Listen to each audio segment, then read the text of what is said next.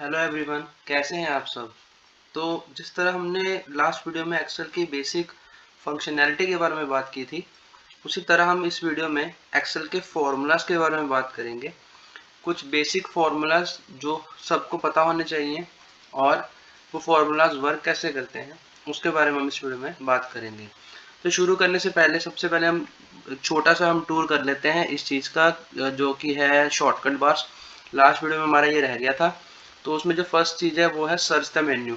जो menu bar है उसमें कोई भी आपको फंक्शन या फॉर्मूला चाहिए आप यहाँ पे सर्च कर सकते हैं। जैसे मैं यहाँ पे इसमें पाइवट सर्च कर लेता हूँ, तो पाइवट के रिलेटेड जितने फंक्शंस हैं वो सारे यहाँ पे आ जाएंगे। इसके बाद आता है अंडू और रीडू का। अंडू और रीडू मैंने लास्ट वीडियो में बताया था, जिसमें अंडू होता है जो भी आपने कमांड की होती है उसको रिवर्स करने के लिए, और जो रीडू होता है उसको रिवर्स वाली कमांड को दोबारा से वापस लाने के लिए। इन दोनों की शॉर्टकट की जो है वो कंट्रोल Z और कंट्रोल Y होती है। इसके बाद ऑप्शन आता है प्रिंट का, जिसकी शॉर्टकट की जो है कंट्रोल P है। इस पे आप A4 या A3 या किसी भी पेज पे आप इसको प्रिंट दे सकते हैं जो भी आपने काम किया है इस वर्कबुक पे। फोर्थ वाला जो ऑप्शन है, फिफ्थ वाला, ये बहुत ही इंपॉर्टेंट है। इसमें इसका नाम है पेंट फॉर्मेट। अब पेंट फॉर्मेट का मतलब क्या है कि अगर मान लीजिए आप कोई ऐसा फॉर्मेट आपने बनाया है जिसमें आपने तीन चार चीज़ें की हैं। जैसे मान लीजिए इसमें मैंने ये सेल्स पे इसको बोल्ड किया हुआ है और इसके पीछे ग्रे कलर किया है, और मैं चाहता हूँ कि सेम फॉर्मेट कहीं और भी मेरे को चाहिए। तो मैं बजाय इसके कि मैं यहाँ पे जाके इसको पहले ग्रे कलर करूँगा और बोल्ड करूँगा, मैं सीधा जाके उसको पेंट कर सकता हूँ फॉर्मेट को। तो मेरे को जो फॉर्मेट पेंट करना है मैं उस पर क्लिक करके फॉर्मेट पेंट पे क्लिक करूँगा और जहाँ पे मेरे को चाहिए वहाँ पे क्लिक कर दूँगा, तो वो सेम जो है फॉर्मेट वो पेंट हो जाएगा। कंट्रोल Z कर देते हैं वापस लाने के लिए। इसके बाद है जूम का ऑप्शन। आप फिलहाल भी ये स्क्रीन जो है वो 100% पे जूम है, आप इसको कम या ज़्यादा भी कर सकते हैं। उसके बाद आता है फॉर्मेट एज करेंसी। जो भी आपका डेटा जैसे न्यूमेरिकल होता है उसको आप करेंसी फॉर्मेट में भी चेंज कर सकते हैं। इसके अगला ऑप्शन है फॉर्मेट एज परसेंट। परसेंट में बदलने के लिए आप इसको क्लिक कर सकते हैं और जो भी आपका डेटा है वो परसेंटेज में आ जाएगा। जैसे ही आ गया उसको भी कंट्रोल Z कर देंगे। उसके बाद है डेसिमल ऑप्शंस का ऑप्शन। अब जैसे इसको हमने डिक्रीज करना है, इसमें अभी 3 या 4 डेसिमल आ रहे हैं।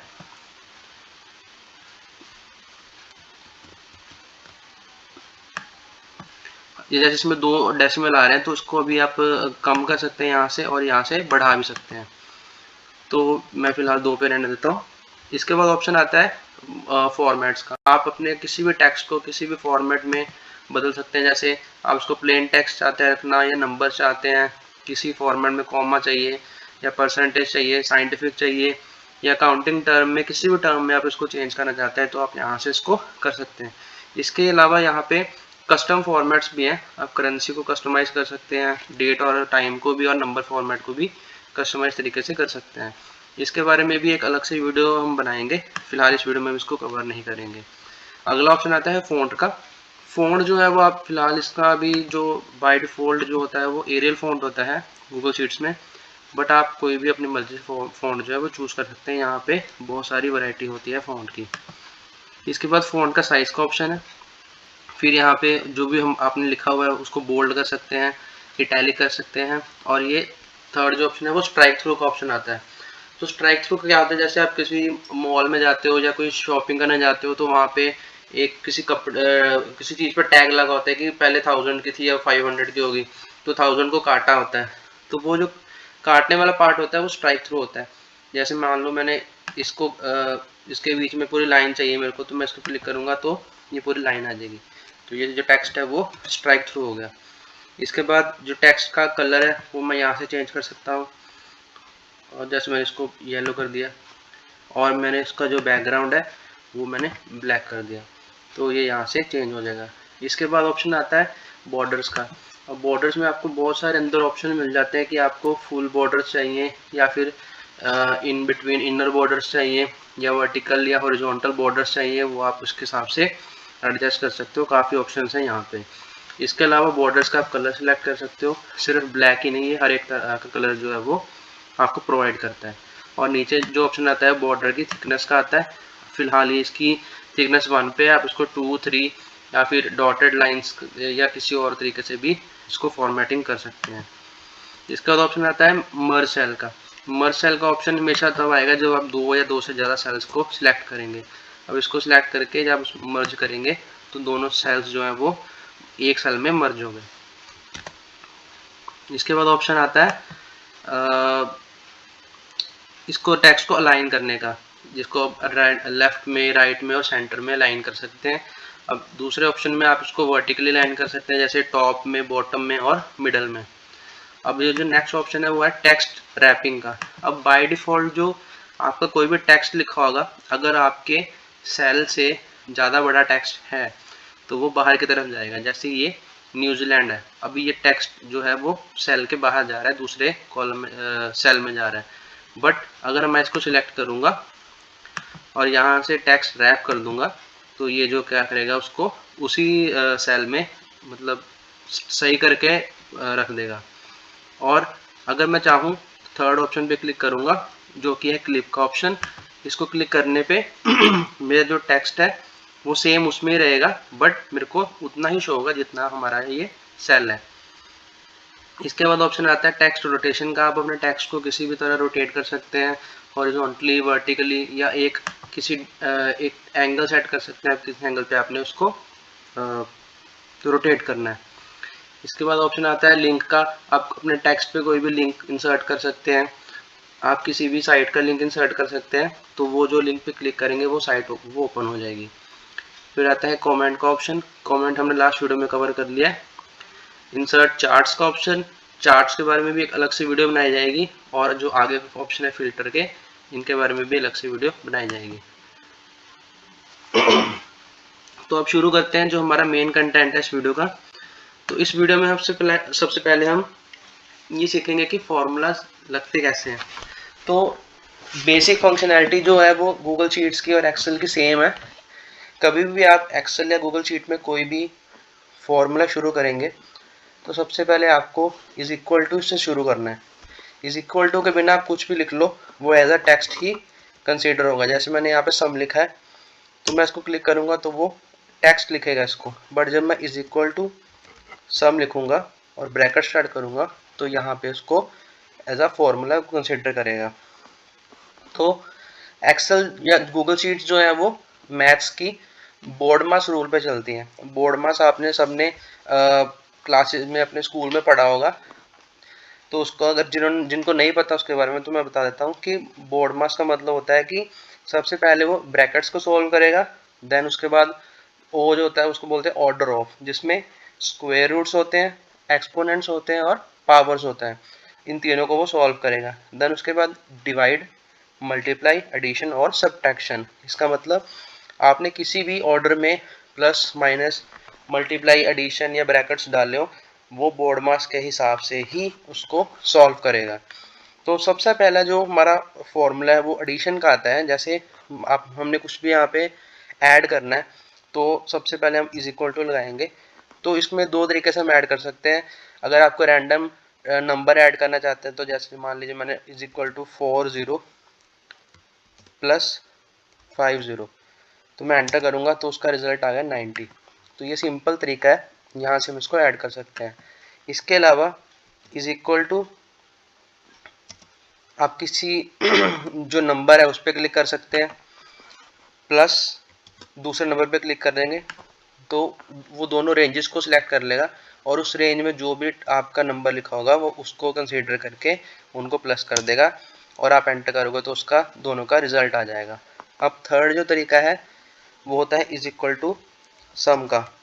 तो जब इज इक्वल टू आप सम लगाओगे तो आपने जो भी वैल्यू आप सिलेक्ट करोगे, जैसे मान लीजिए मैंने ये की और कॉमा दूसरी वैल्यू सिलेक्ट की, तो आप जब ब्रैकेट बंद करोगे तो वो उसको भी सम कर देगा। अब आप सोचोगे कि इस वाले फॉर्मूला में और उसके पीछे वाले फॉर्मूला में क्या फ़र्क है, दोनों में सेम चीज़ है बट इसमें हमें ज़्यादा काम करना पड़ रहा है। बट इसमें फ़ायदा हमारा ये है कि अभी जब हमने दो या तीन चीज़ों को प्लस करना होता है तो हम इज इक्वल टू प्लस करके लिख सकते हैं, बट जब हमने लार्ज डेटा सेट पे काम करना हो तो हमें इज इक्वल टू सम ही यूज़ करना पड़ता है। तो जैसे मान लीजिए मैंने इज इक्वल टू सम लिखा और मैंने इस पूरे डेटा सेट का टोटल करना है 18, 19, 20 तक। तो जब मैं क्लिक करूँगा ब्रैकेट बंद करके तो इसका पूरे का टोटल आ जाएगा। तो अगर मैं इसको प्लस करके सब पे क्लिक कर जाऊंगा तो बहुत सारा टाइम कंज्यूम होगा और ये बहुत ही ज़्यादा यूजलेस चीज़ है। तो इसलिए इज इक्वल टू सम का ऑप्शन जो है हम यूज़ करते हैं। एक्सेल के फॉर्मूलाज के बारे में एक बेसिक जो चीज़ है वो मैं आपको ये बताना चाहता हूँ कि जब भी आप कोई फॉर्मूला शुरू करते हैं सबसे पहले तो वो इज इक्वल टू शुरू होता है। इसको पहले मैं डिलीट कर देता हूँ। पहले वो फॉर्मूला इज इक्वल टू से शुरू हो गया। तो जैसे हम सम का फॉर्मूला ही मान लेते हैं, तो जब हमने सम लिखा और ब्रैकेट स्टार्ट की तो कोई भी फॉर्मूला होता है तो आप उसमें ध्यान रखिए कि उस फॉर्मूला में आर्ग्यूमेंट्स होते हैं। आर्ग्यूमेंट्स या फिर आप उनको बोल सकते हैं कि डिवीजन होती है उनमें, क्या बोलते हैं उसको, पार्ट्स होते हैं फॉर्मूला के। तो जैसे इसका फर्स्ट पार्ट जो है वो है वैल्यू।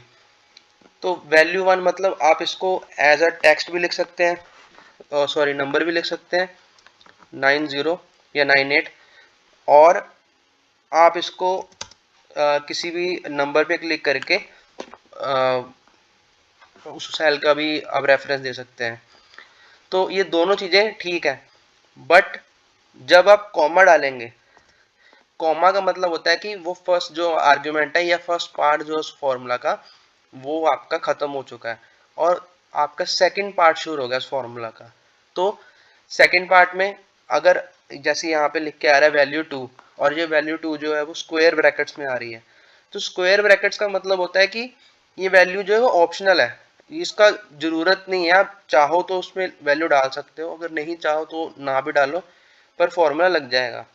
तो अगर आप सिर्फ सम D2 भी करोगे तो उसको D2 का ही टोटल बताएगा जो कि इतना आ रहा है, और आप यहाँ पे D2 में कुछ भी क्लिक करोगे या कुछ भी चेंज करोगे तो वो यहाँ पे भी चेंज होगा क्योंकि वो सेल की जो आपको सम बता रहा है। बट अगर आप इसमें ऑप्शनल में भी जाना चाहो, जैसे D2 पे मैंने क्लिक किया और कॉमा लगा के मैंने वैल्यू 2 भी डाल दी, अब इसमें मैं या तो D3 लिख सकता हूँ जो कि इस सेल को रेफरेंस दे रहा है, या फिर मैं उसमें कुछ टेक्स्ट भी लिख सकता हूँ 45।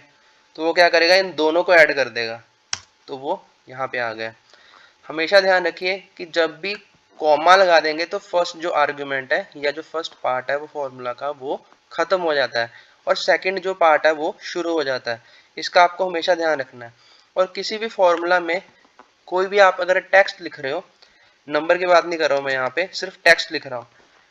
जैसे मान लीजिए वैसे सम फॉर्मूला में यूज नहीं होता ये, अगर आप कुछ भी लिख रहे हो, मैं दिखा ही देता हूँ फिर भी, अगर आपने कुछ भी टेक्स्ट लिखना है तो वो उसमें ब्लैक दिखा देगा उसको। क्यों? क्योंकि सम में या किसी भी फॉर्मूला में इसको वो टेक्स्ट कंसीडर करता ही नहीं है। टेक्स्ट हमेशा जो है वो डबल कोटेशन में आता है, तो जब इसको डबल कोटेशन में लिखेंगे तो वो उसको ग्रीन कर देगा। तो इसका मतलब कोई भी जो टेक्स्ट है वो आपको डबल कोटेशन में लिखना है और कोई भी नंबर है वो आपको उसको सिंपल तरीके से लिख सकते हो, और जो रेंज का रेफरेंस है उसको आप सिलेक्ट भी कर सकते हो और मैनुअली भी लिख सकते हो। फिलहाल इसमें अभी टेक्स्ट को जिसने ग्रीन दिखा दिया क्योंकि वो टेक्स्ट सही है, बट सम फॉर्मूला में इसको टेक्स्ट हम कंसीडर नहीं करते हैं इसलिए वो उसको गलत दिखा रहा है। तो ये जो बेसिक फंक्शनैलिटी थी ये हम इसकी समझ चुके हैं इस वीडियो में।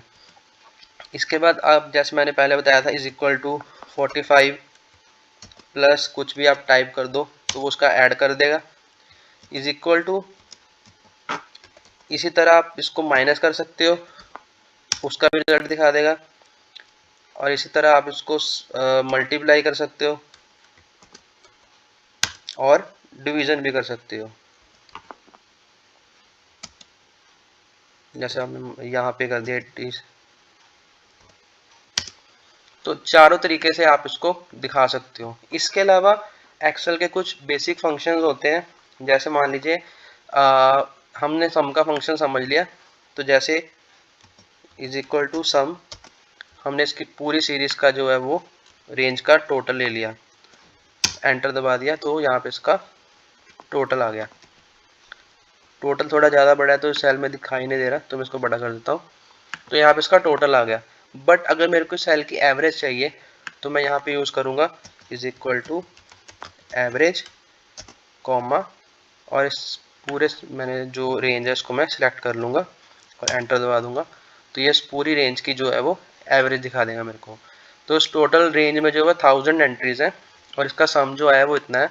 तो इसको अगर हम 1000 से डिवाइड भी करेंगे तो यहाँ पे इतना ही एवरेज आएगा, जो कि बिल्कुल ठीक बता रहा है ये।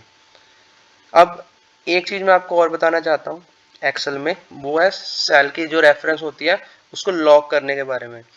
तो लॉक क्या होता है कि जैसे मान लीजिए आपने कोई भी फॉर्मूला लगाया, आपने इसमें ये 4 चीज़ें सिलेक्ट की, एंटर दबा दिया, बट जब आप इस फॉर्मूला को कॉपी करोगे और कहीं और पेस्ट करोगे, जैसे मैंने इसके नीचे पेस्ट कर दिया, तो उसका आंसर जो है वो पहले से डिफरेंट होगा। इसका मतलब क्या है कि उसने फॉर्मूला को तो कॉपी किया, बट जो उसकी रेंज है, उसकी रेंज का रेफरेंस है, वो उसको कॉपी नहीं कर रहा है, वो उसी रेंज को वो आगे बढ़ाई जा रहा है। जैसे मैंने यहाँ से स्टार्ट किया था फॉर्मूला में, मैंने D2 से लेके D5 तक सिलेक्ट किया था, बट जब मैंने इसको नीचे कॉपी किया तो इसने क्या किया, D3 से D6 तक रेंज ले ली, जो कि उसके अकॉर्डिंग ठीक है। जैसे फॉर्मूला नीचे गया उसने रेंज को भी उस हिसाब से उठा लिया, बट इसमें आपको प्रॉब्लम आ सकती है क्योंकि डेटा सेट पे काम करना होता है, तो यहाँ पे एरर के चांसेस ज़्यादा होते हैं।